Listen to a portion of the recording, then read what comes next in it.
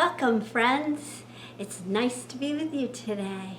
So today we're talking about the idea of ponder this.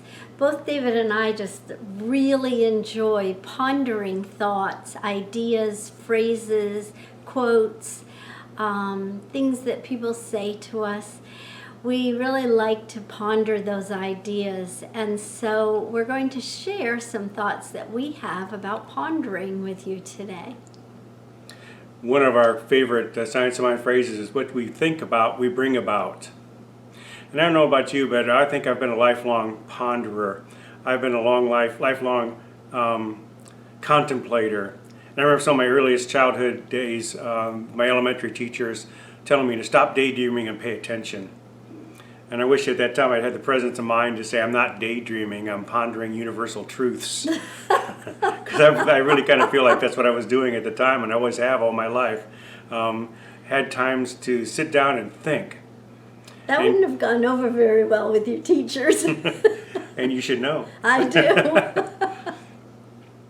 I spent a lot of time in contemplation and meditatively looking at my life and the details of and how things are showing up in my life as a spiritual practice. I believe contemplation or pondering is a great spiritual practice and very powerful for us in determining what our belief systems are and how we came to those belief systems and those ideas and our faiths, and what brought them about and how can we change them if they're not working for us, and going through all of them, every minor detail of them, and trying to define and understand and shift what needs to be shifted, either to condition positive energy habits or to identify trigger points, to find the origins of the belief system and find out when was it when I started believing this thing. That's a good psychological practice to go back and say, when was the first time I felt this way? And that's a good way to determine where was it that I created this belief system, and why is it that it is so strong in my life it is recurring even still these many years later. You know, the preponderance of our thoughts begin to manifest as physical reality, and those things that we think about and contemplate on and hold as truths in our lives actually create the circumstances and conditions in which we live today. And I like the idea of if you want to know what you're thinking on a regular basis, look around you in your environment, and if things aren't looking very good, that means you're probably not thinking very positive thoughts. So how much negative mental energy are you actually feeding into your life experience simply by worrying or holding negative beliefs? Wouldn't it be so simple just to hold positive, life-affirming ideas and concepts and let those things move through your mind constantly and habitually, so that you're actually creating those and manifesting those things in your reality? Yes.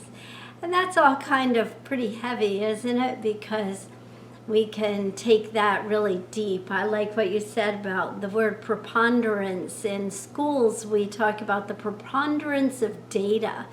And that's sort of what you're talking about for your own life. And I believe that I do the same thing. And I like that concept too, because preponderance of data, we hold those ideas and then we're always looking for things to back up those belief systems to prove it to ourselves, yes, this really is the truth.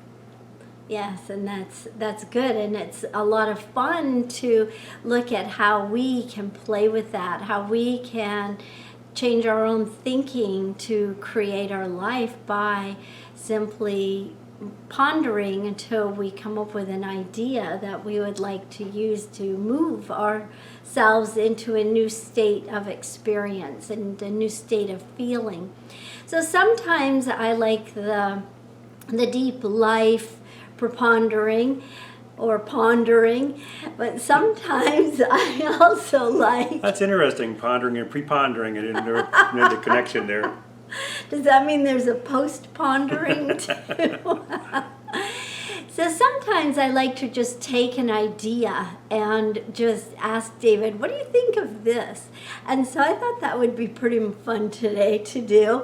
And of course, I always share my thoughts too, and I'm sure you have some thoughts of your own. So the first thing that I was thinking of is the phrase, we need more backbone and less wishbone. What's that mean to you? I think wishbone is this simple thoughts, fleeting ideas and concepts that fly by in our minds, and we can choose to grab a hold of them and make mountains out of molehills. But if we want to we can do that if we wish to, but we wish to change that, we may need a little more backbone to look at things more seriously and hold higher standards for ourselves. What do you think? Yeah, I like that.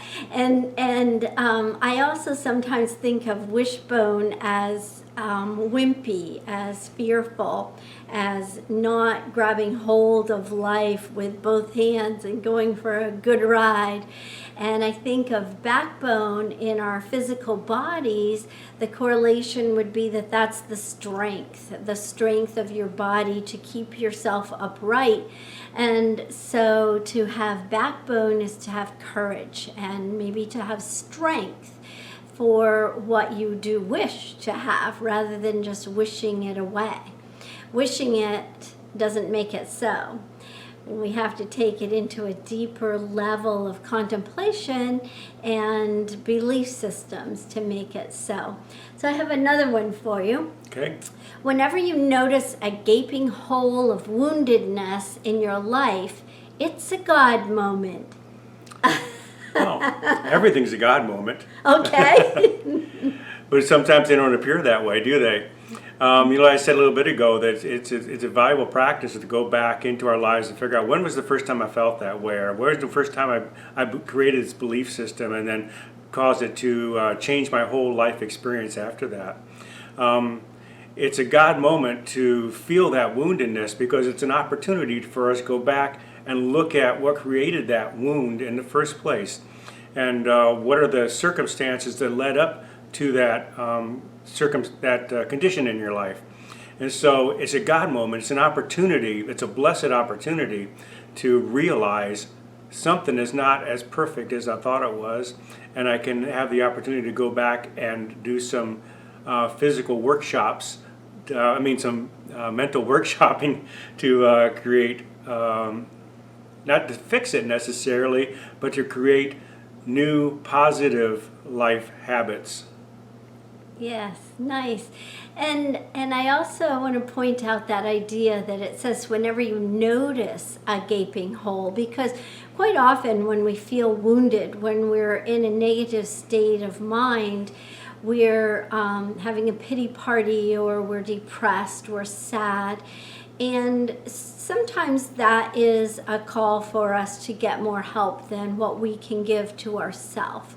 And but always reach out when you feel like you're in that point, in that place, that state of mind where you feel wounded enough that you need more help. At the same time, it's important to recognize that when we notice that gaping hole, it's also an invitation or a call from something higher within ourselves to plant the seed of hope in that wound, to plant the seed of that which we desire.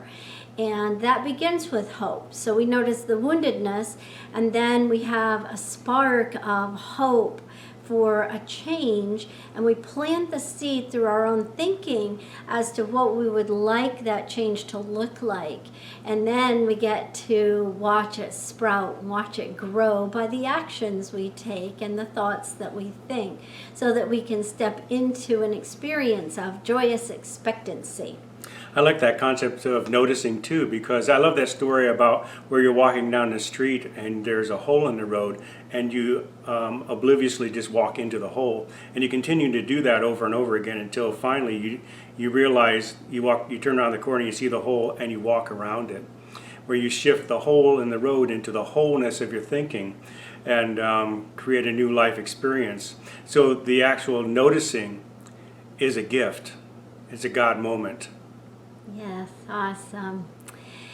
So there are some thoughts that we have had just in the past few moments, and we certainly also hope that you will find some ideas in your own life that not only you can ponder on your own, but realize that there is great joy in just taking a quote, an idea, a word, a feeling, and exploring it with someone you love. So have a great week and enjoy your pondering.